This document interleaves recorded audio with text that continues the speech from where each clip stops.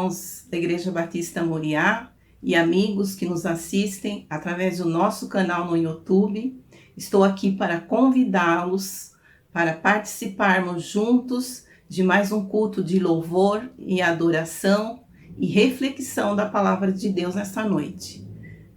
Quero deixar 3 versículos para os irmãos, que está em Números 6, versículo 24 ao 26, que diz assim: O Senhor te abençoe e te guarde. O Senhor faça resplandecer o seu rosto sobre ti e tenha misericórdia de ti.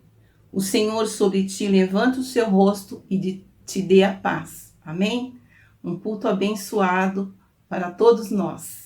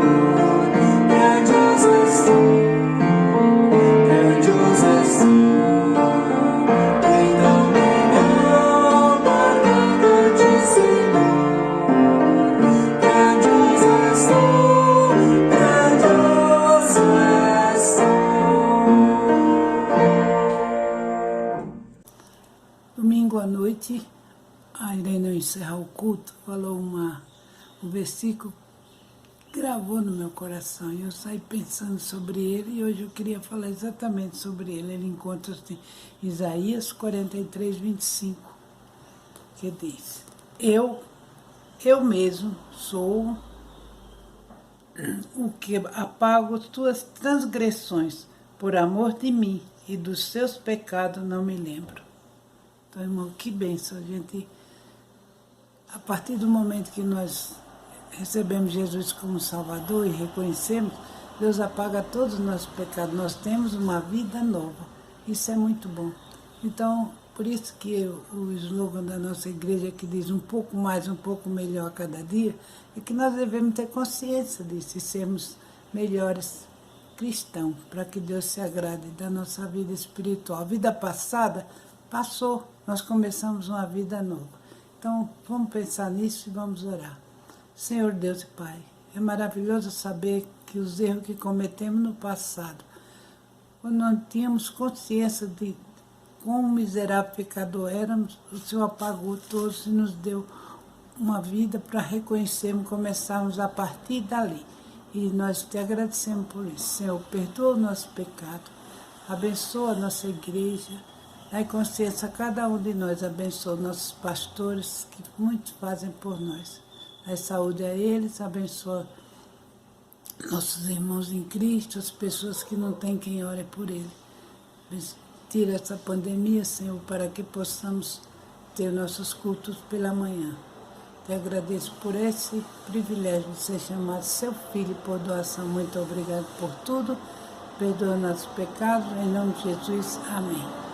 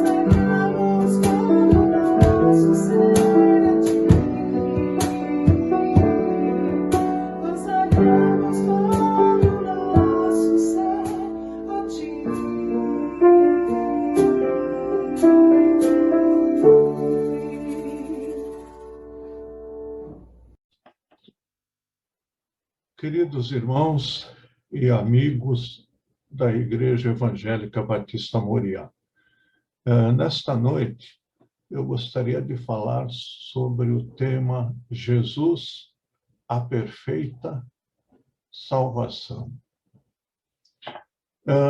Eu vou abordar 7 pontos a respeito dessa salvação perfeita que é nos dada por Jesus Cristo, nosso Senhor. Mas eu peguei um texto para servir de base.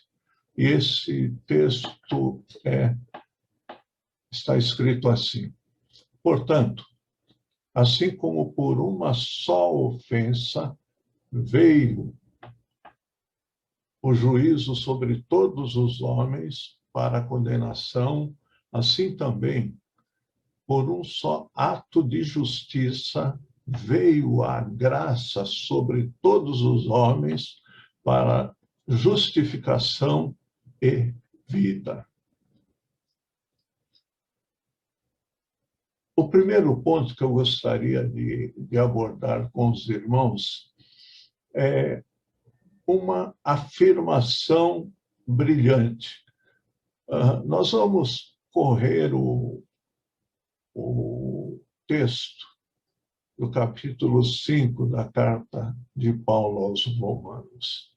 E o versículo 1 e 2 diz o seguinte: justificados, pois, pela fé, tenhamos paz com Deus, por meio de nosso Senhor Jesus Cristo, por quem obtivemos também nosso acesso pela fé a esta graça na qual estamos firmes, e nos gloriemo-nos na esperança da glória de Deus. Uma afirmação brilhante está nesta passagem, versículo 1 e 2. A afirmação é brilhante, porque reflete algo que na religiosidade judaica era impossível alcançar. Por mais religiosos que os judeus fossem, esta afirmação era impossível eles alcançarem. Que afirmação? A paz com Deus. A paz com Deus mediante a fé em nosso Senhor Jesus Cristo. O homem cultuava no sábado, levava seu sacrifício maior ou menor ao altar, mas já no dia seguinte, o judeu no dia seguinte, estava ele novamente com sua dor de consciência, pensando nos novos pecados cometidos e precisando de um novo sábado para sacrificar novamente e pagar sua culpa. Isso era feito de sábado a sábado. Isso, toda vez que o judeu pecava, ele levava um sacrifício, ele fazia um sacrifício, mas isso não lhe dava paz com Deus. E ele ficava com seu coração cheio de culpa. Com Cristo, meus amados, tudo isto acabara.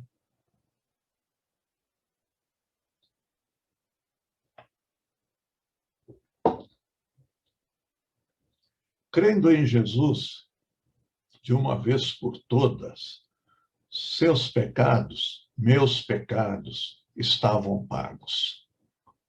Pela fé, podemos obter a graça do perdão. E podemos com firmeza, nos gloriarmos na esperança de desfrutar a glória de Deus, ou da glória de Deus. Eu tenho essa esperança, meu querido. Eu espero que você também tenha essa esperança de desfrutar da glória de Deus.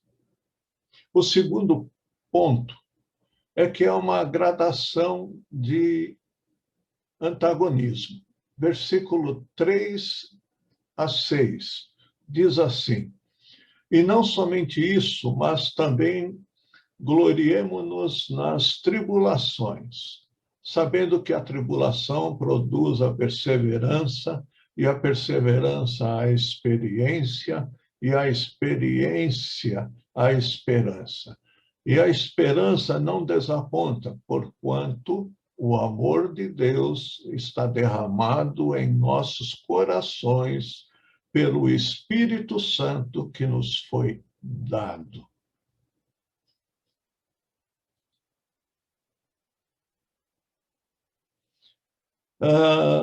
O antagonismo das situações.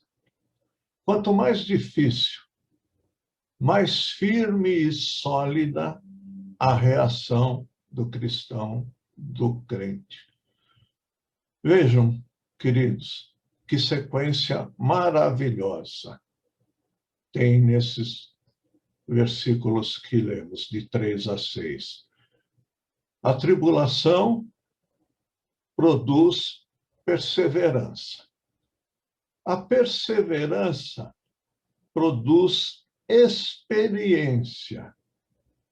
A experiência produz a esperança. A esperança produz certeza de vida eterna. Produz a convicção de que temos paz com Deus por meio de nosso Senhor Jesus Cristo. Por isso, em Jesus, nós temos uma salvação perfeita. E esta esperança inabalável, que não pode desapontar, não falha, ela só acontece porque o amor de Deus está derramado em nossos corações pelo Espírito Santo que nos foi dado, que nos foi outorgado. A nossa salvação, a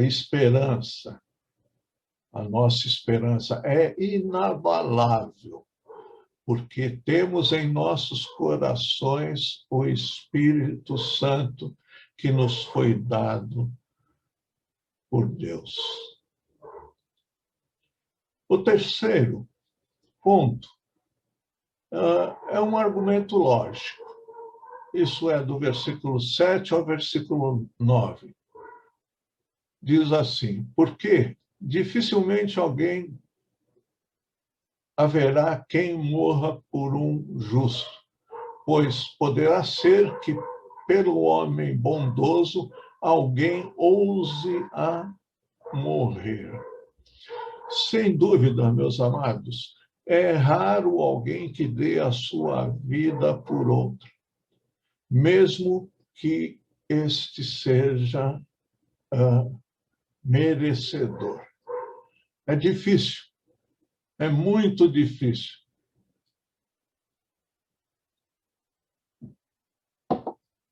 Para não dizer, basicamente, que é quase impossível alguém dar a vida por outra pessoa. Mas Jesus deu a sua vida por nós, quando nós éramos ainda pecadores.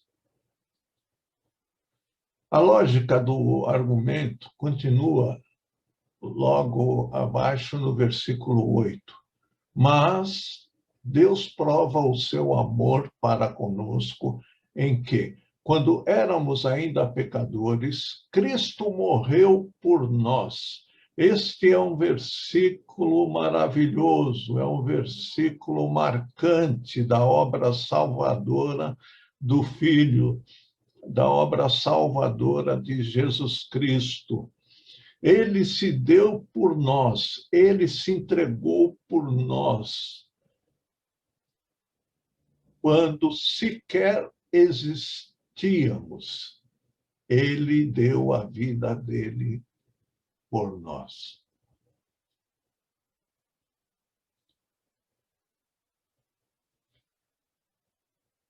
Com o versículo, a lógica do argumento se torna agora irrefutável quando nós lemos o versículo 9. Logo, muito mais, sendo agora justificados pelo seu sangue, seremos por ele salvos da ira de Deus. Existe o dia da ira do Senhor. E Jesus morrendo na cruz do Calvário, ele perdoou todos os nossos pecados. E isso foi pela graça. Por isso que pela graça nós somos salvos. Ou seja, o sacrifício dele, Jesus, na cruz do Calvário, nos tornou, não que sejamos, mas através de Jesus, nos tornou justos para a salvação e a vida eterna. Quarto ponto.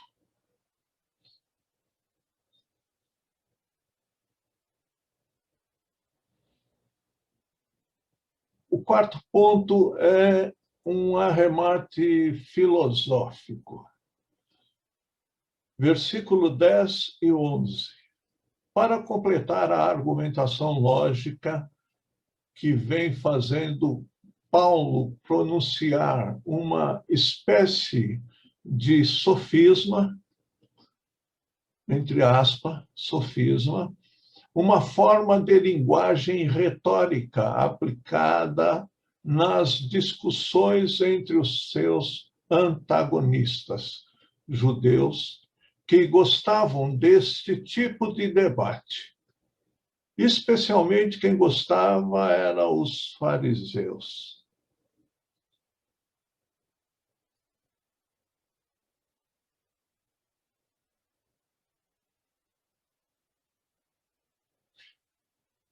Porque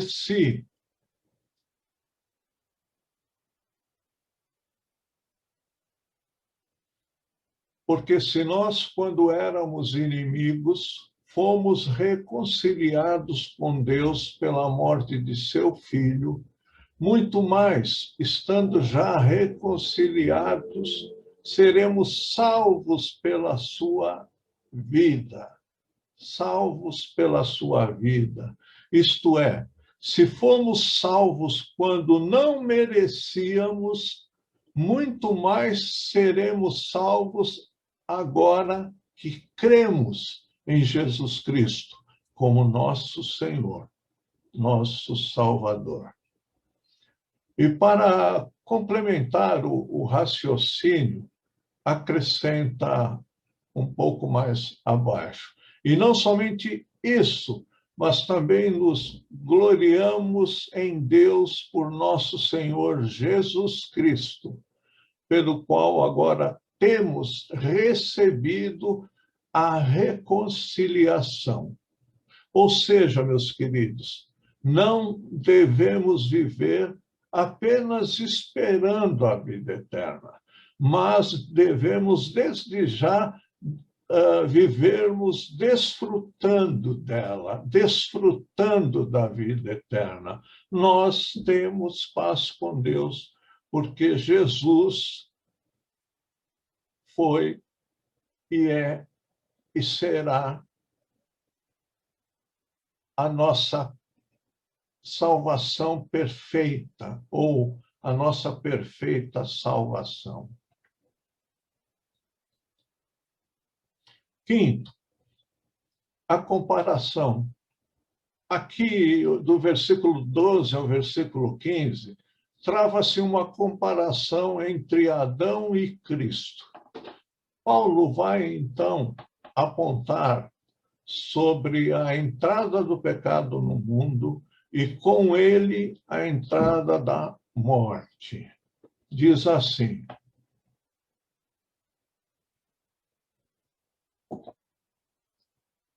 portanto, assim como por um só homem entrou o pecado no mundo, e pelo pecado a morte, assim também a morte passou a todos os homens, porquanto todos pecaram. O que Paulo está afirmando é que, se Adão, com o seu pecado,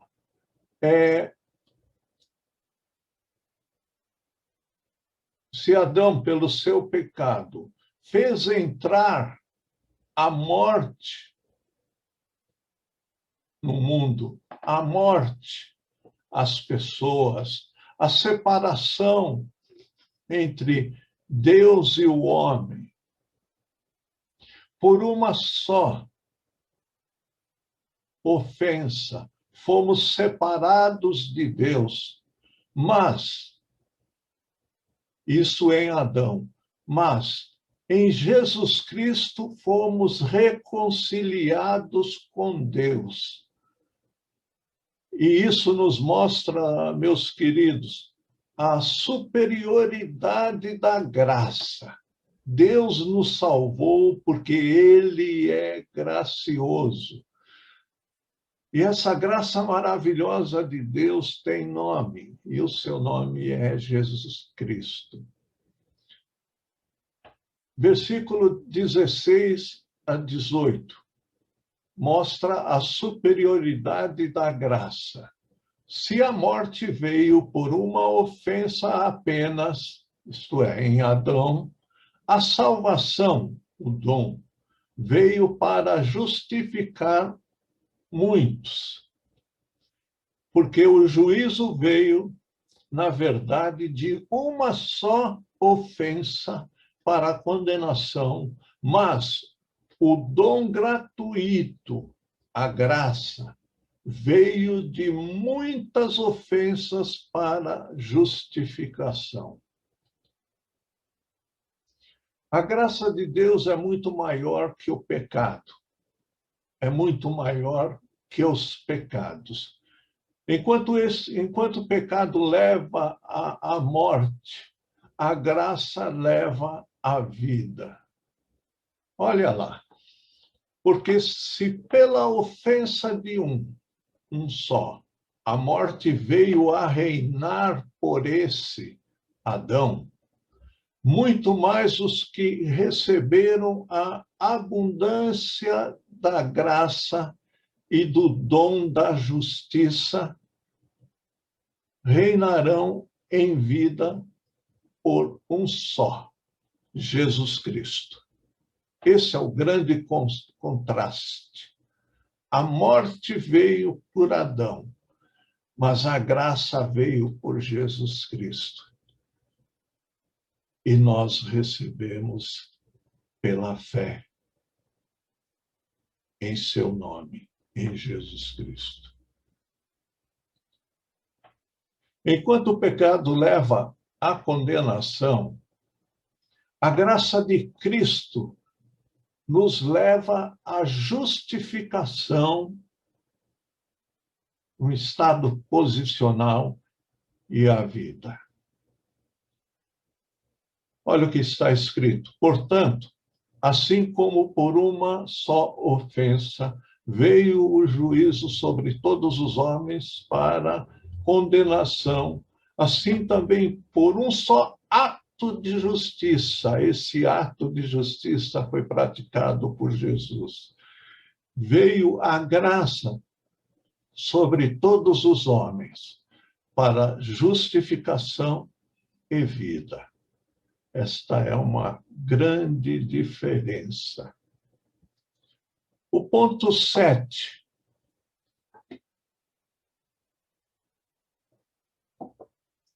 Do versículo 19 a 21. E esta é uma ênfase final. O apóstolo Paulo enfatiza o valor superior da graça. Paulo enfatiza a superioridade de Cristo. Paulo enfatiza que Cristo, que Jesus é a perfeita salvação. Que Jesus, a salvação perfeita. Porque assim como pela desobediência de um só homem, isto é, Adão, muitos foram constituídos pecadores. Assim também pela obediência de um. De quem? Jesus Cristo. Muitos serão constituídos justos.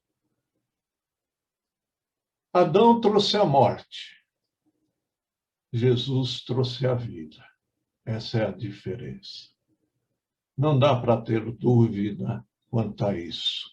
Eu espero que você não tenha dúvidas no seu coração com relação a isto, que Jesus,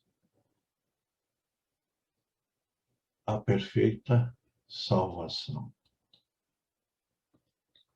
Num determinado momento do plano de Deus, a lei veio para que o pecado fosse apontado, mas a graça, isto é, Cristo, veio depois e derrotou o pecado, dando a sua vida por nós. Sobreveio, porém, a lei para que a ofensa abundasse, mas onde o pecado abundou, superabundou a graça. Nós temos a lei versus graça. A graça é superior à lei. Jesus é superior à lei. Vemos nisto dois tempos no plano divino.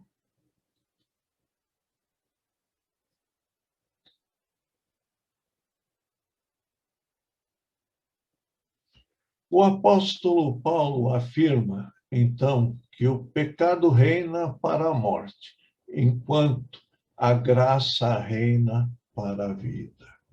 Para que, assim como o pecado veio a reinar na morte, assim também viesse a reinar a graça pela justiça para a vida eterna por Jesus Cristo, nosso Senhor.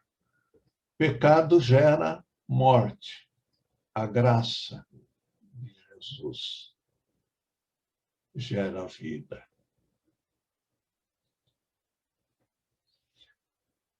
Concluindo, será possível quantificar o peso do pecado? Estas são perguntas que devemos responder. Será possível qualificar o sacrifício de Cristo? O que você acha?